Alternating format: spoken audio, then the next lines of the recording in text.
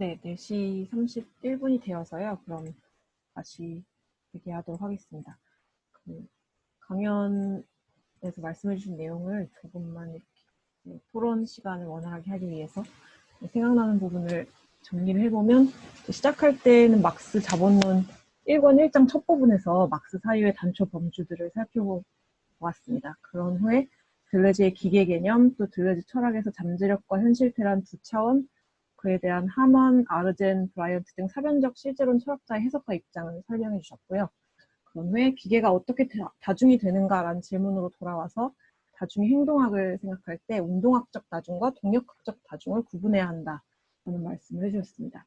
그런데 운동학과 동력학의 구분은 정서와 정동, 속력과 속도, 애벌레 주체성, 주체의 구분에서도 나타나며, 이 구분을 이 책의 제목 개념 무기의 개념과 연관지어 사유해보면 영능을 국소적으로 표현하는 것이 철학자의 과제이고 그러한 표현을 개념 무기라고 할 수 있다.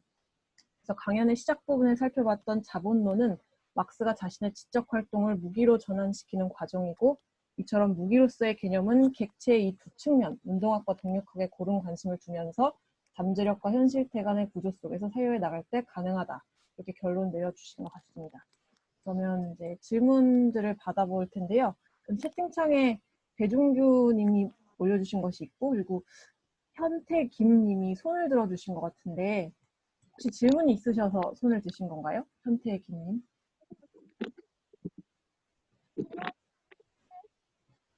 아닙니다. 네, 그러면 배정기 님 혹시 직접 음소거 해제하시고 말씀해 주시겠어요?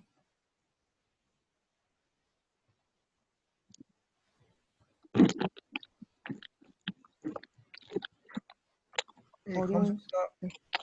예, 감사합니다. 조정원 선생님 훌륭한 강의 감사합니다. 지금 약간 다른 사람이 있어서 좀 비디오를 켜기 어려워서 말로만 하겠습니다. 좀 훌륭한 책을 지금 제가 사서 보고 있는데요. 저는 주로 개념 무기들이라는 책이 좀 개념에 관심이 많아서 책을 샀는데, 개념에 대해서는 좀 많이 없는 것 같기도 한데, 어떻든 36쪽에 보니까 그 차이는 단순한 비유 개념이 아니다. 그것은 관계 개념 이상의 것이라는 그런 말이 있더라고요.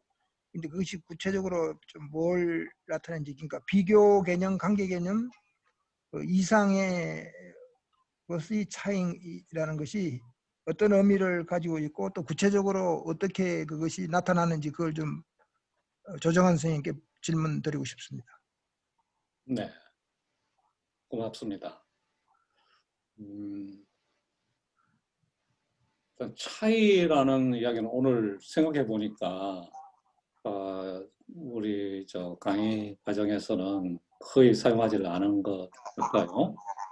차이라고 하는 것이 생각해 보면은 다르다라고 하는 것일 텐데, 무엇과 무엇이 다르다는 것이겠죠.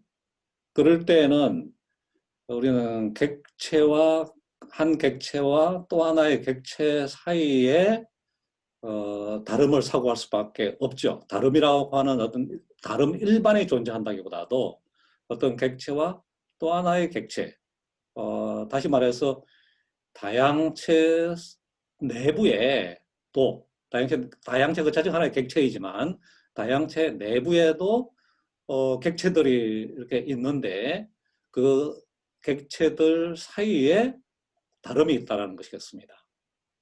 그러면은 달라지려고 한다고 하는 것은 해결식으로 본다면은 A가 B를 부정하는 과정이 되겠죠. 그 부정의 과정이 다름으로 출현할 수도 있겠는데, 그렇지 않고 A가 끊임없는 내적 생성 과정 속에 있다면, 즉 영능이라면 그것도 하나의 변화이기 때문에 그 변화의 과정이 그 B의 변화의 과정하고의 관계 속에서 다름이라고 하는 것을 나타낼 수가 있겠죠.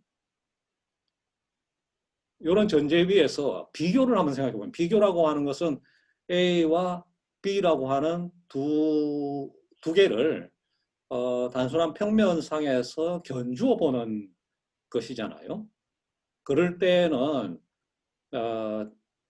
하나의 동적인 현상으로서의 차이가 나타난다기보다는 정적인 상태의 다름이 우리 시각 속에 들어올 수 있다고 생각합니다. 그런데 관계를 맺을 때는, 관계라는 말은 영어에서 relation이고 거기는 relative, 서로 상대한다라는 뜻이 들어있는데 A가 B와 관계를 맺는다고 하는 것은 A의 영능과 B의 영능 사이에 주로 속성의 차원에서의 밀접한 상호작용이 이루어지는 것을 지칭하기 때문에 정적인 비교하고는 다르게 동적인 상호작용이 나타난 것이니까 관계는 비교보다는 더 적극적인 개념으로 일단 이해할 수 있다고 생각을 합니다. 그런데 우리가 이제 차이라고 하는 것은 한편에서는 관계 속에서 차이가 구현되어 있지만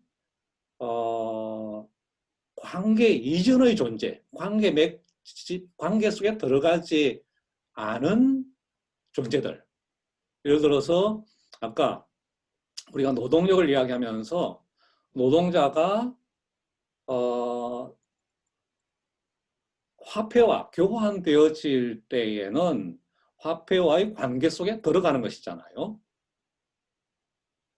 그런데 화폐와의 관계 속에 들어가지 않은 상태의 어떤 활동력이라고 하는 게 있는 것인데, 이 활동력이라고 하는 것은 관계 바깥에, 관계 외부에 있는 것이지만 그 자체는 결코 정적이지 않고 끊임없는 변이 속에 놓여 있는 거고 활동할 수 있는 거죠. 우리가 예를 들어서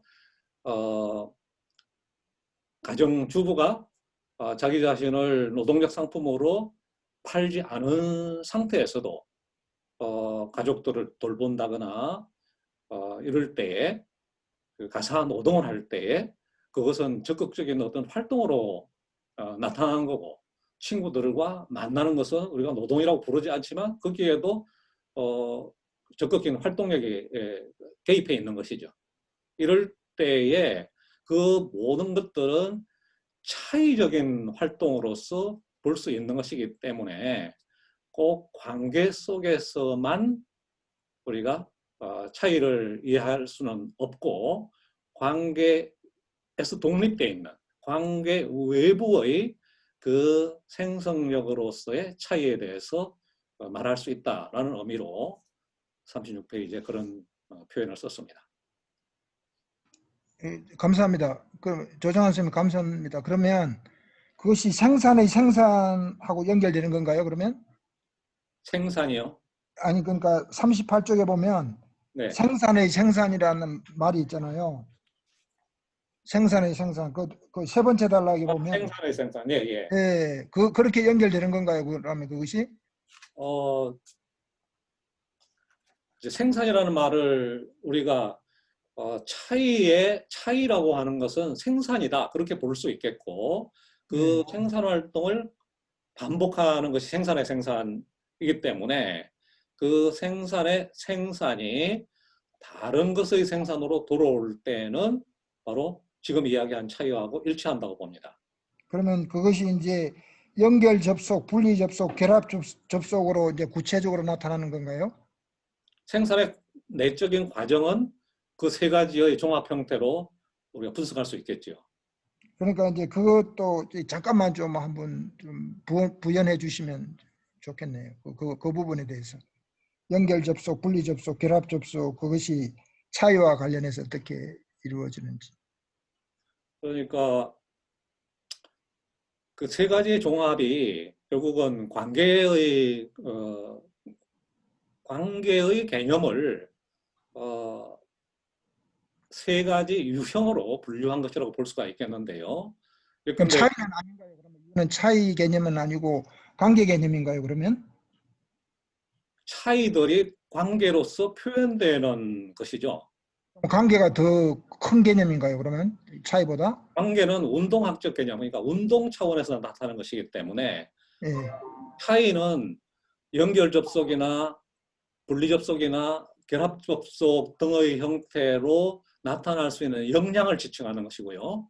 예, 그 역량이 연결 접속, 분리 접속, 결합 접속이라고 하는 관계들로 현실화된다라고 예. 보입니다. 그럼 그것만 조금만 좀 부연해서 그 각각에 세 대해서. 가지의 유형을 설명해 달라는 말씀인가요? 예, 예, 네. 연결 접속이라고 한다면은 그 우리가 사례로서 그 연결 접속을 설명할 때에 예컨대 친구 관계 같은 거를 들어볼 수 있을 것 같아요. A와 B와 C들이 모여가지고 친구를 이룬다고 했을 때에 그 관계는 그 수평적이고 무한히 확장 가능한 연결로 나타나는 것이죠. 근데 이제 이접의 관계라고 했을 때는 접속은 이루어지는데 결국 접속의 상태가 분리의 결과를 가져올 때 우리가 선거 같은 게 대표적인 케이스일 것 같아요. 그러니까 우리는 투표권을 갖고 우리들을 대표할 수 있는 대표자들을 선출을 합니다. 그럴 때에 우리는 그 피선거권자인 대의자들하고 연결이 되지만 연결된 후에는 즉 그 사람이 선출된 후에는 투표자 그러니까 투표자인 국민들의 경우는 그 투표자들부터 멀어져 가지고 그 사람을 뭔가 그 다시금 접속할 수 있는 그 방법이 사라지게끔 대의제도에서는 규정이 되어 있지 않습니까? 그렇기 때문에 지금 직접 민주주의를 뭐 회복해야 된다 그런 요구들이 많이 나오게 되는 건데 이런 식으로 접속이 분리를 수반하게 되는 그 관계를 이적 관계라고 볼 수 있을 것 같아요. 그 다음에 결합 결합 접속. 예 말씀하십시오. 예, 결합 접속. 예, 예, 결합 접속의 경우에는 그러니까 책에서는 이제 소의 관계, therefore, so의 관계라고 부르는데 어떤 것이 원인이 되어 가지고 그 원인들이 결합돼서 낳는 그 결과를 우리는 결합된 관계로서 결합 접속이라고 부를 수 있는 거죠. 사례로서 어떤 게 될 수 있을까요?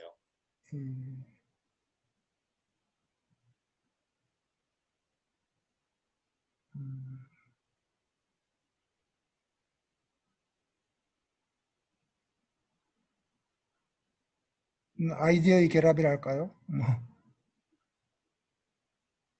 뭐 적절한 예는 지금 떠오르질 않는데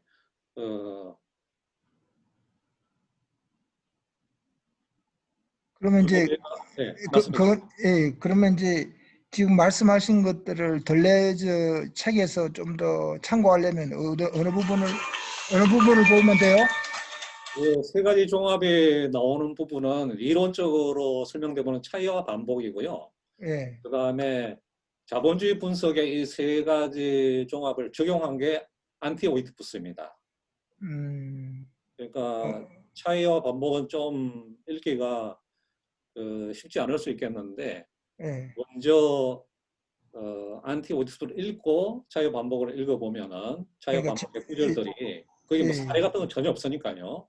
그럼 책 이름을 좀 말씀해 주시면 제가 좀 더 읽어보고 싶은데 네, 어떤? 차이와 반복하고 안티오이디푸스 말씀해 주셨습니다. 네. 예, 감사합니다. 제가 다른 분들께도 질문 기회를 예. 드려야 돼가지고, 네. 예, 고맙습니다. 네. 채팅창에 또 올라왔습니다. 그 손재희님께서 질문 주셨는데요. 직접 하시겠습니까? 아니면 좀 읽어주시죠. 네, 네. 듣게요. 강의 신청을 해놓고 갑자기 사정이 생겨 제대로 접속을 못했습니다. 들레즈 철학 공부를 이제 시작한 입장이라 들레즈 배치에 대한 개념을 제대로 이해하고 싶은데 혹시 추가 설명을 부탁드리고 싶습니다. 라고 해주셨습니다. 예, 주체 개념은 제가 이 책의 배치 개념을 설명해 배치, 달라고 하셨습니다. 네. 배치에 대해서는 아까 좀 말씀을 드렸는데요. 네.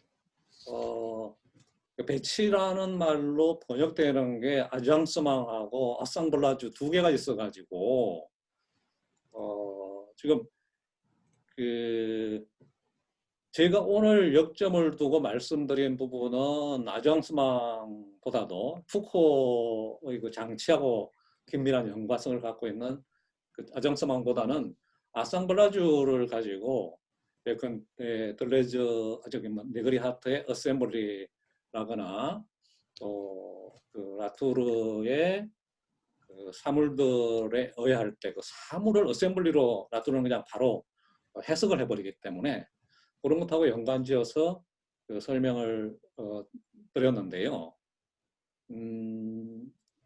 한국어 번역들에서 이제 배치라고 번역된 것들도 오늘 제가 말씀드린 그 회집체로서의 아상블라주인 경우가 상당히 많이 있습니다. 이 설명은 좀 중복될 것 같아서 되풀이할 필요는 없지 않을까라는 생각이 드는데요. 네, 질문이 좀 많이 나오고 있어서요. 한 네. 서너 개 정도 한꺼번에 받고 답변을 해주시면 어떨까 싶습니다. 네, 그렇게 해도 괜찮을까요, 선생님?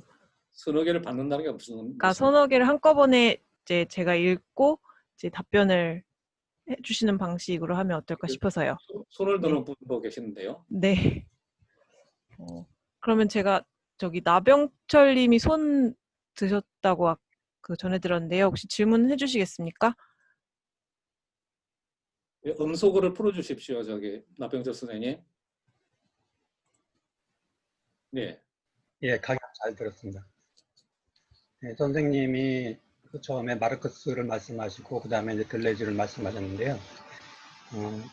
마르크스하고 들레즈하고 연관되면서도 실제적으로 사용되는 용어나 이런 것은 다르다고 말할 수 있고요. 다르게 얘기하는 개념 무기가 좀 다르다고 말할 수 있는데요. 그거는 저는 마르크스가 살았던 시대하고 들레즈가의 시대가 달랐기 때문이다 그렇게 생각을 합니다.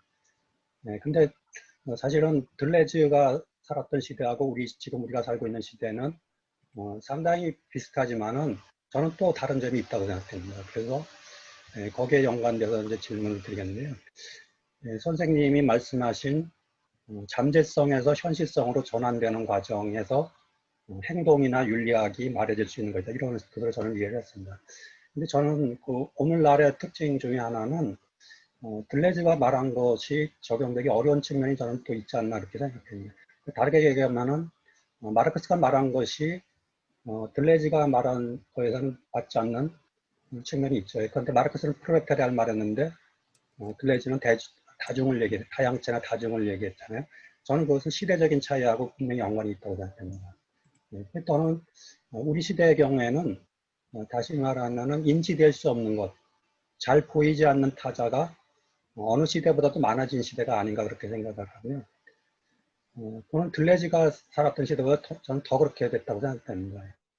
21세기에 들어서 그렇게 됐다고 생각하는데요. 그래서 들레즈는 다중 안에는 서로 연합할 수 있는 저는 이 들레즈의 이 생각이 다소 낙관적인 것이 아닐까 그렇게 생각하고요. 우리 시대에는 우리 시대에 흔히 우리가 타자라고 말할 수 있는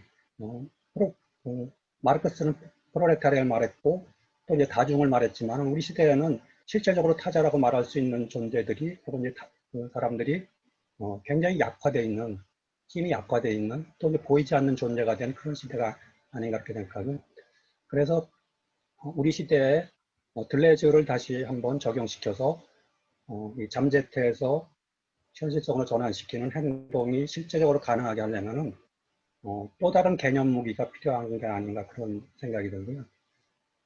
그것이 이제 질문입니다. 제 질문입니다. 네. 우선 말씀하신 것 중에 이제 다중이라고 하는 표현을 들레즈가 직접 사용하고 있지는 않습니다. 네그리가 이제 들레즈에서 빌려온 거라고 생각하고 다중은 네그리가 사용을 한 것이죠. 네, 그것만 좀 바로 잡고 있는데요. 마르크스가 제 요지는 마르크스가 말했던 플로레타리아하고 실제로 이제 들레즈가 생각하고 있는 거하고 이제 네그리가 말한 거하고는 차이가 있다고 생각합니다. 그건 시대적인 차이라고 생각하고요. 근데 저는 우리 시대를 생각하면은 다양체나 다중 리좀조차도 거기서 이제 잠재태가 현실성으로 전환되는 될 수 있으리라는 생각하는 것도 다소 낙관적이지 않을까 그렇게 생각을 하고요. 그래서 우리 시대에서 더 무력화된 타자들이 잠재성을 현실성으로 옮겨서 행동으로 나타내려면은 또 다른 개념 무기가 필요한 것이 아닌가. 근데 들레즈를 더 우리가 또 활용할 수 있기 위해서도 그런 개념 무기가 보완되어야 되는 것이 아닌가 그런 생각이 듭니다.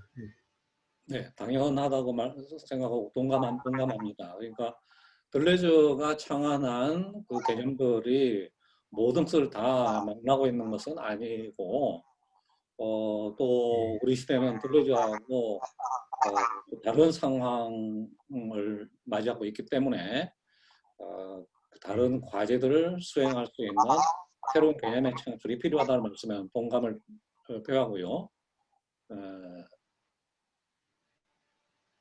예, 그 들레즈에게 다중개념이 들레즈의 철학에서 다중개념이 나올 수 없다라고 하는 그런 주장을 하는 사람도 있기 때문에 아까 들레즈가 다중개념을 직접 말한 건 아니다라는 말씀을 드렸었습니다. 예, 그 다음 이야기로 넘어가도 좋을까요?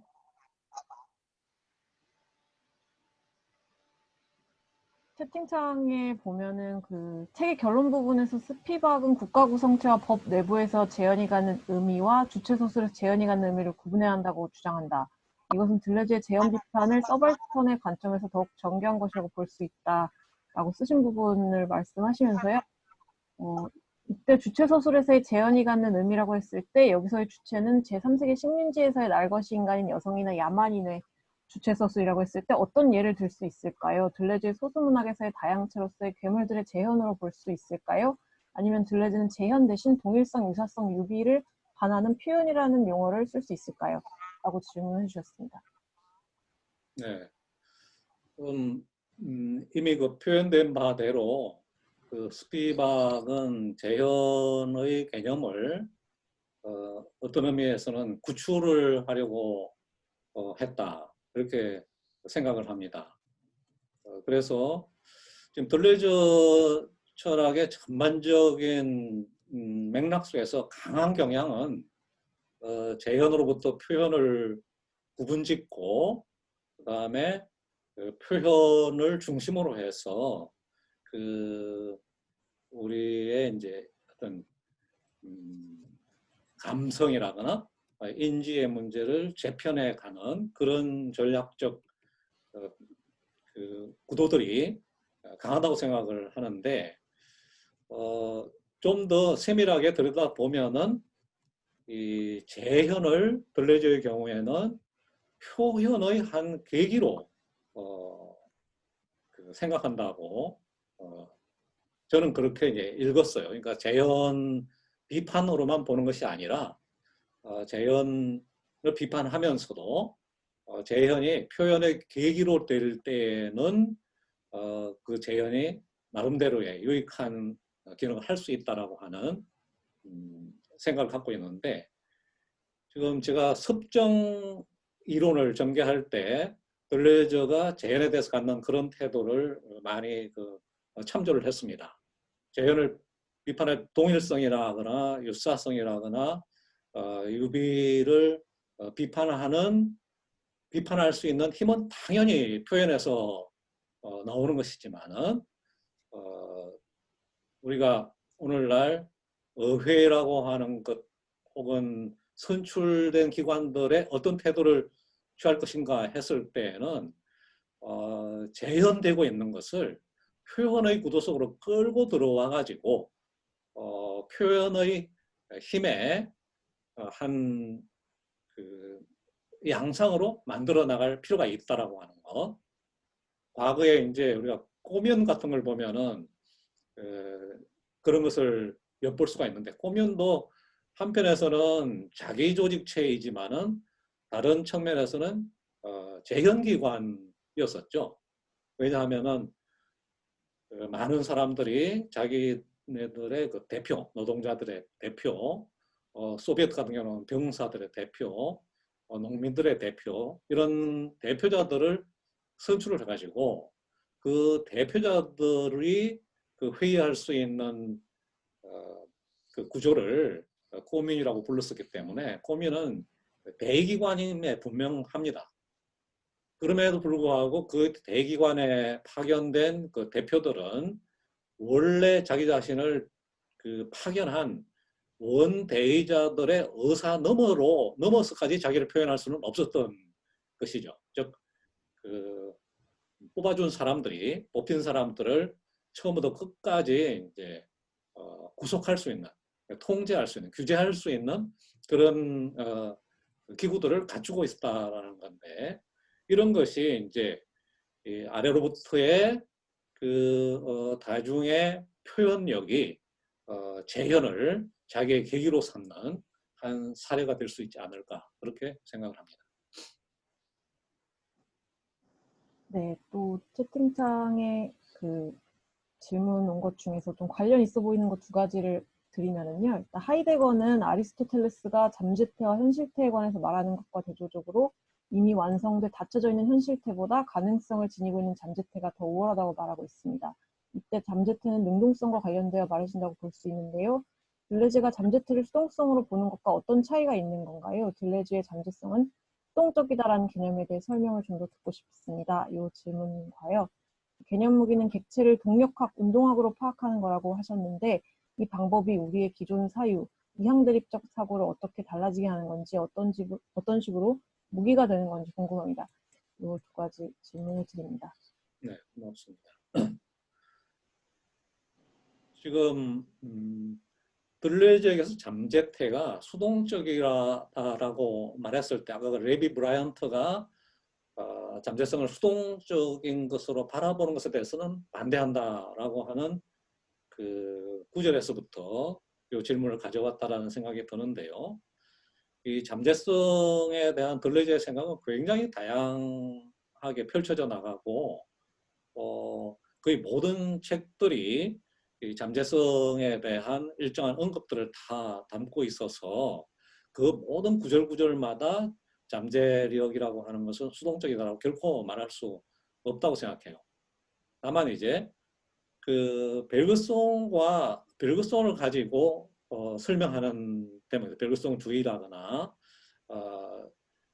이런 텍스트들에서 잠재성을 설명할 때에 벨그송의 철학적 사유 방식 중에 그 순수 과거라거나 순수 기억이라고 하는 것이 잠재성하고 연결되는 지점이 있는데 벨그송의 경우는 그 순수 기억이라고 하는 것은 모든 경험들이 집적되어 가는 하나의 그 통일적 장으로서 사고를 하기 때문에 그럴 때는 경험도 순수 과거가 경험하는 것이 아니라 경험들이 그 안에 모두 이제 쌓여가는 것이라서 일정한 이제 수동성을 띠고 있는 걸로 나타나죠.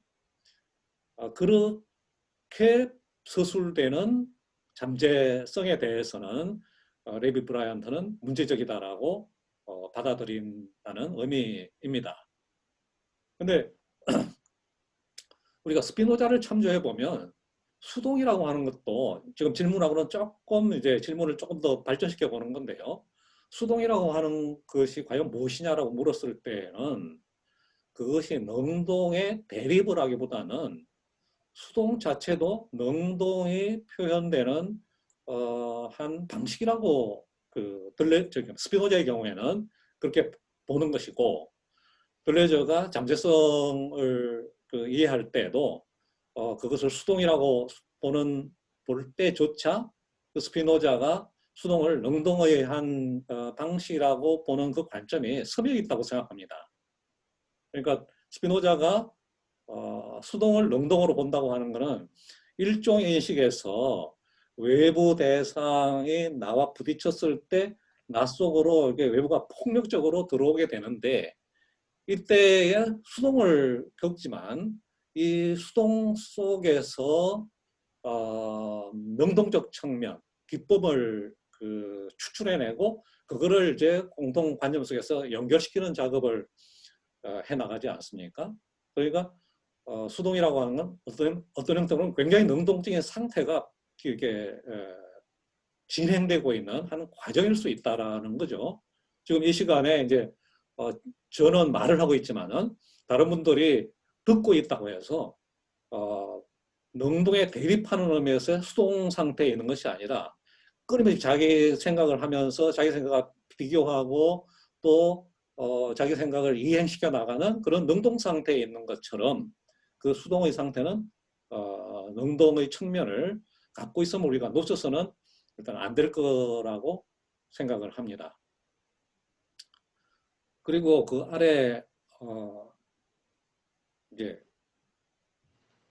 행동학, 그러니까 동력학과 운동학이라고 하는 두 차원을 고려할 때에 그 이항 대립적 사고하고 어떻게 달라지는가 이렇게 질문을 하셨는데요. 이항 대립적인 사고로서 우리한테 친숙한 사고 방식은 변정법이죠. 변정법의 경우도 일률적으로 말씀드리기는 되게 곤란하다고 봅니다.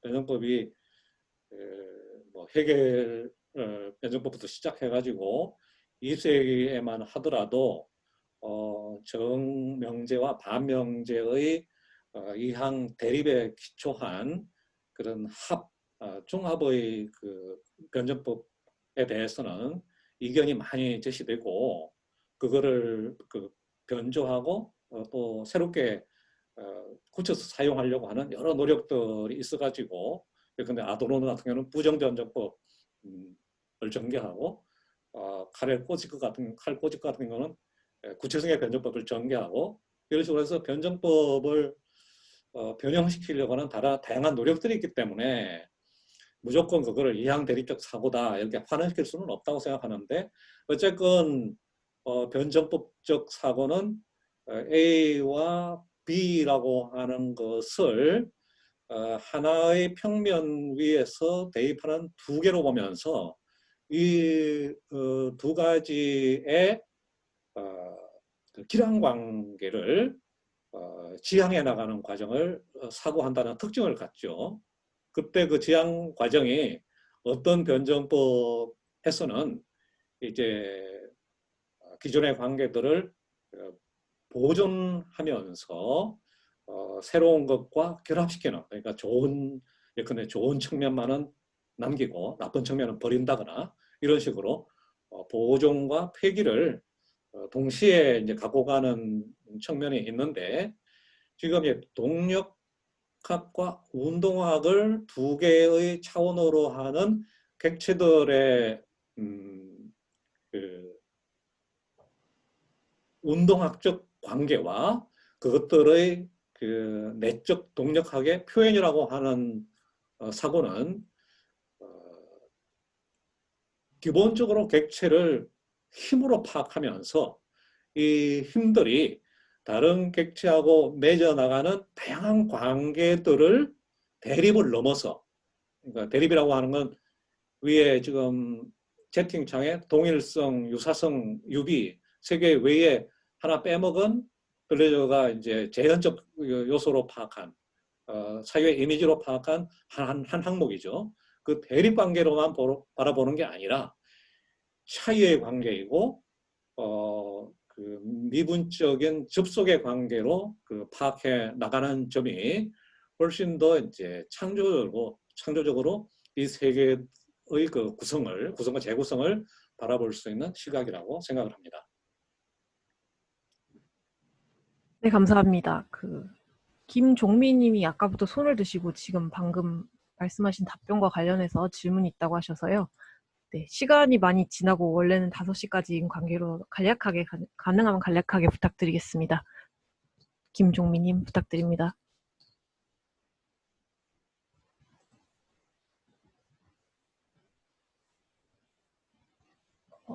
음소거를 푸셔야 될 것 같아요.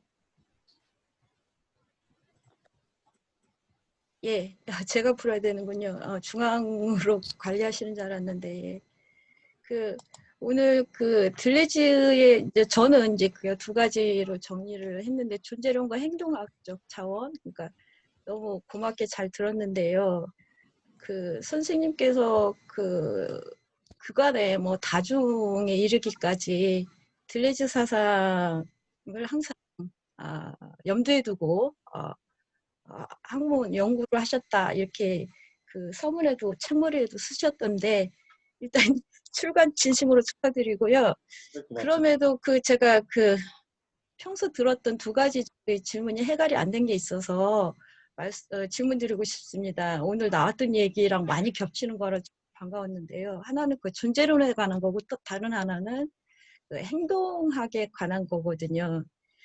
존재론, 그러니까 첫 번째 질문은 존재론인데 그 오늘 그 막스 같은 경우 오늘 선생님이 아주 친절하게 해설 많이 해주셔서 고마웠었는데 물적인 것, 그러니까 그게 뭐 상품이든 뭐 지대든 아니면 뭐 노동자든 자본가든 프롤레타리아든 다 그 대상, 게겐스탄트 뭐 오브제 이런 걸로 이제 막스 같은 경우는 다룬 것 같고 그런데 이와는 좀 다르게 하문과 오늘도 또 나왔던데 하문 같은 경우는 뭐 하이데거의 어떤 인간학적 유물론 뭐 제가 그냥 읽히기에는 아니면 화이트헤드의 어떤 관계론과 조합해서 이제 네 가지 방향, 사방 실제로는 이제 펼친 사람인데 물론 그는 또 그래서 비유물론적으로 풀었지만요.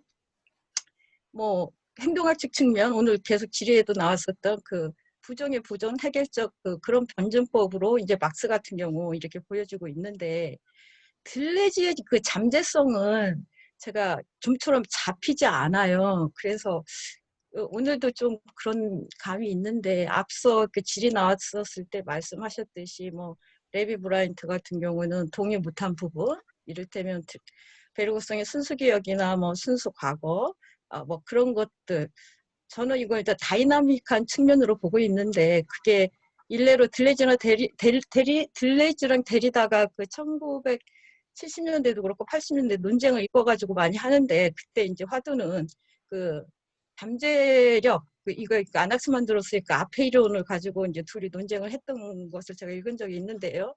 그런 내용과 오늘 얘기됐던 영린적인 부분 저는 이것을 이제 에네르기아 이렇게로 이제 읽고 싶은데 그러한 어떤 현실성 그런 것들을 이제 들레즈는 기계들의 어떤 조합이나 뭐 접속, 분리 뭐 이런 것들로 이제 나타내서 행동학적 측면으로 이제 풀고 있던데 이런 시점에서 들레즈의 존재론 내지는 잠재성이 도대체 혼재되어 있는 것 같아서 선명하지 않아서 그에 대한 선생님의 어떤 고견이 있으면 말씀해 주시면 고맙겠고요. 두 번째는 간단합니다. 그 행동학적 측면인데요.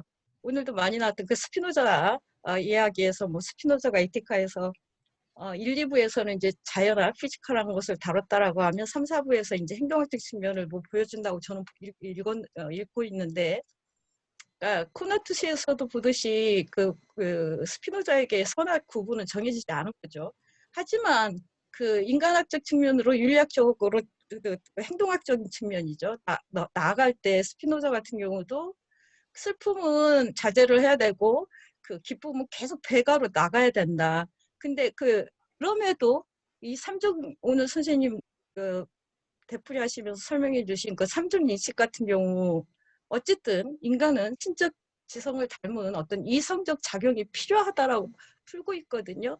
하지만 들레즈는 이 차원에서 좀 다른 것 같더라고요. 행동학적 측면에서. 그러니까 이를테면 코드화되는 거 이를테면 뭐 지형화되고 프로그램화되는 것은 나쁘다라고 얘기를 하고 오늘 또 선생님 답변에서 나왔던 프랑크 프루타파들의 뭐 베냐민이나 뭐 하여튼 아도르나 이런 사람들이 보였던 경향성이 있었던 어떤 폭력으로 이렇게 치부하지도 않고 들리지 같은 경우는 그러니까 데리다처럼 해체하고 재구축하지도 않고 어떻게 보면 탈지형, 탈코드 뭐 이런 식으로 해서 계속 어떻게 보면 노마디즘적인 인생 이런 식으로 나가야 된다는 걸로 익혀요. 저희 들레즈의 행동학 보면. 그런데 이런 저의 읽음이 맞는 건지 아니면 선생님 의견은 어떤 건지 궁금합니다. 예. 고맙습니다. 예. 우선 들레즈의 잠재성 개념이 잘 안 잡힌다라는 말씀에 대해서는 일단 그 한 객체가 갖고 있는 잠재적 측면으로서 잠재성을 해석해 나가게 되면 모호함이 많이 거치는 것 같거든요. 그러니까 우리가 순수 과거라거나 순수 기억의 측면에서 마치 객체와는 별도로 객체화되지 않은, 들레즈가 뭐 전객체적, 전인격적, 뭐 전기호적 이런 표현을 썼을 때에 우리들한테 불러일으켜주는 객체 이전의 어떤 걸로서 잠재성을 이해하기 시작하면은 굉장히 그 신비한 세계 속으로 우리가 빨려 들어가는 결과를 낳는다고 봐요. 그렇지는 않고 우리가 잠재성, 잠재세계라고 하는 거는 현실에 어떤 현실적인 객체들 혹은 객체적 관계들로 표현되지 않은 상태에서 하나의 객체가, 이때 하나의 객체라고 하면 이제 모든 객체들을 우리가 상상해 볼 수 있겠죠. 객체들의 민주주의적 그 장이 있는데 이것들의 대부분은 그 관계들로부터 독립해가지고 물러나 있는 것으로 놓여 있지 않습니까? 우리가 지금 제가 말하는 순간에 다른 분들은 다 이렇게 물러나 있잖아요. 말이라는 관계 장에서만 보게 되면은 이렇지만 다른 분들이 물러나 있는 상황에서도 항상 말할 수 있는 존재로 물러나 있는 것처럼 우리 세계에는 그것들이 운동적 관계 속으로 들어오지 않은 상황에서도 그것으로부터 물러나 있으나 항상 생성하고 운동할 수 있는 역량을 가진 존재들이 잠재해 있다라는 의미로 잠재성을 해석한다면 그런 좀 신비한 세계 속으로의 끌려 들어가면 일정하게 견제할 수 있지 않느냐라는 생각을 드리고요. 두 번째로 들레즈의 사유는 끊임없이 이제 뭐 노마디즘처럼 흩어져가는 어떤 유동 속으로 이렇게 이행해가는 어떤 상태만을 우리들한테 제안을 하는 것으로 느껴진다 이런 말씀이었는데 저는 이제 그 청교의 고원에서 전혀 그렇지 않은 지점들을 발견을 했거든요. 그러니까 오늘 마침 이제 질문 속에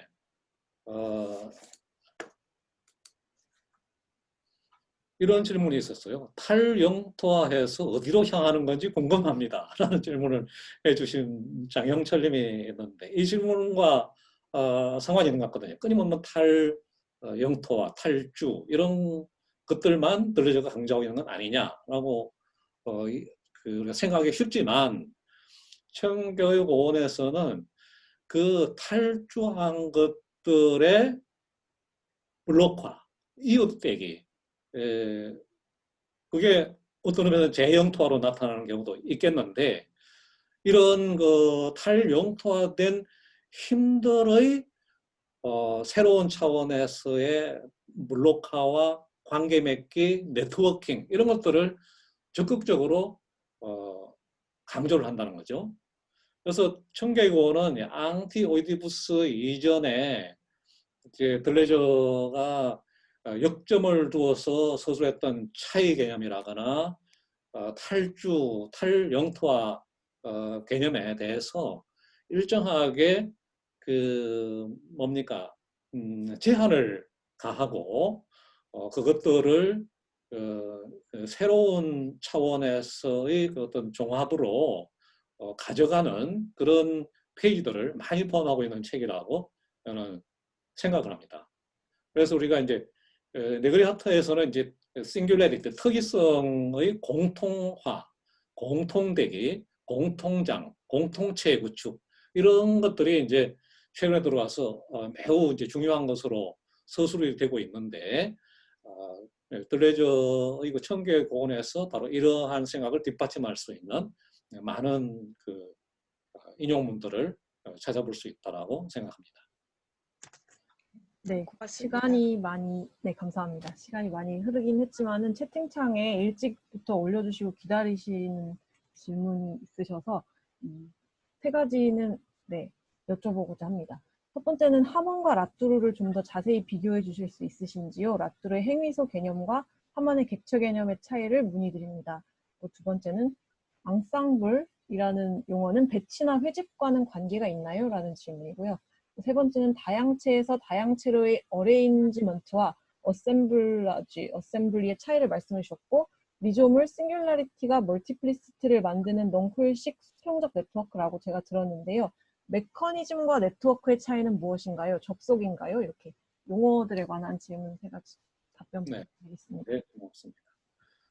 그게 하먼하고 라뚜르의 경우는 하먼이 라뚜르로부터 적극적으로 이렇게 배우고 라뚜르의 그 행위자 네트워크 이론을 자기 자신의 객체 이론을 전개함에 있어서 매우 이제 자세하게 그 인용하고 이용하는 관계라고 볼 수 있겠는데, 하먼이 라뚜르에 대해서 딱 한 가지만은 자기는 반대한다고 말을 하죠.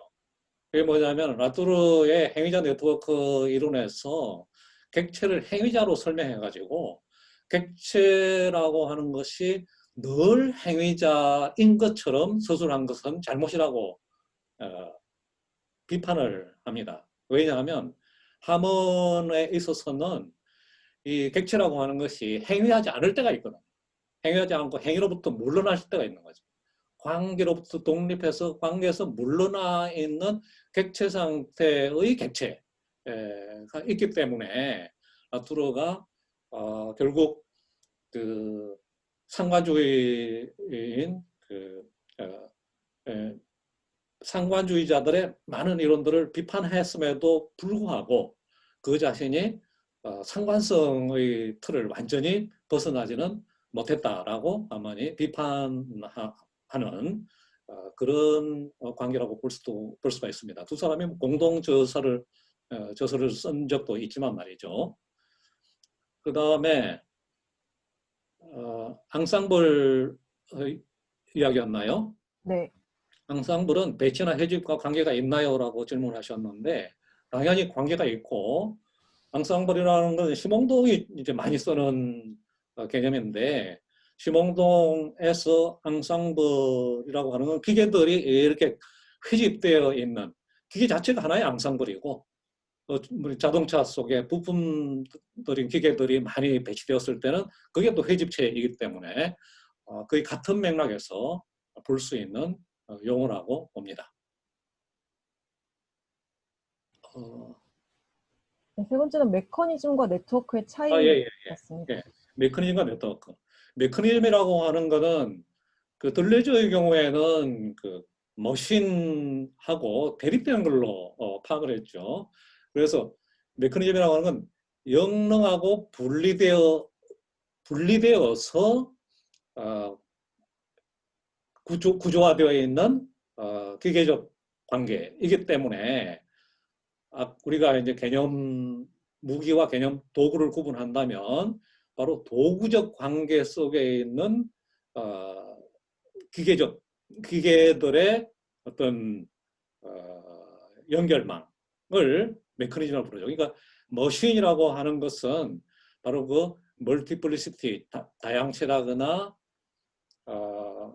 리좀이라거나 이런 것처럼 기계들의 고유 역량으로서 표현력이고 이 스스로 표현할 수 있는 역량인 것이고, 메커니즘이라고 하는 것은 그것과 상반되게 머신이 소외되어 있는 그런 형태라고 파악을 하기 때문에 우리가 네트워크라는 것도 뭐 이렇게 세밀하게 본다면은 메커니즘적 네트워크가 없는 건 아니겠지만은 리좀으로서 네트워크를 이해할 때는, 즉 수평적 민주적 관계망으로 네트워크를 이해할 때는 메커니즘과는 네트워크는 대립된다라고 말을 할 수가 있겠습니다. 물론 그건 이제 접속들이 메커니즘 같은 경우에는 들레저의 그 용어, 물론 칸트에서 빌려온 용어이지만 오용 혹은 합법적 사용, 불법적 사용 그런 표현을 쓸 때 오용되고 있는 관계에 메커니즘이 놓여진다면 네트워크라는 것은 그것의 정당한 사용에 해당된다고 볼 수가 있겠습니다. 네, 감사합니다. 그러면 오늘 3시부터 지금 5시 20분 정도가 되었는데요. 한 2시간 20분 정도 강연회와 질의응답을 진행했습니다. 저희가 마지막으로 공지드리고 싶은 것은 1월 16일부터 내년에 1월 16일부터 저희 다중지성의 정원 공통진실 찾기 세미나에서 이 책을 격주 토요일 1시에 세미나를 할 예정입니다. 그래서 오늘 강의 들으시고 그 책을 천천히 읽으면서 같이 개념 무기들을 좀 만들어 나갈 분들은 참여하시면 좋을 것 같고요. 제가 채팅창에 링크를 올려드리겠습니다. 그러면은 조정원 선생님께서 마지막으로 하실 말씀 있으시면 듣고요. 박수로 행사 마무리하도록 하겠습니다. 선생님, 네, 마지막. 고맙습니다. 고맙습니다. 할 말 없습니다. 네.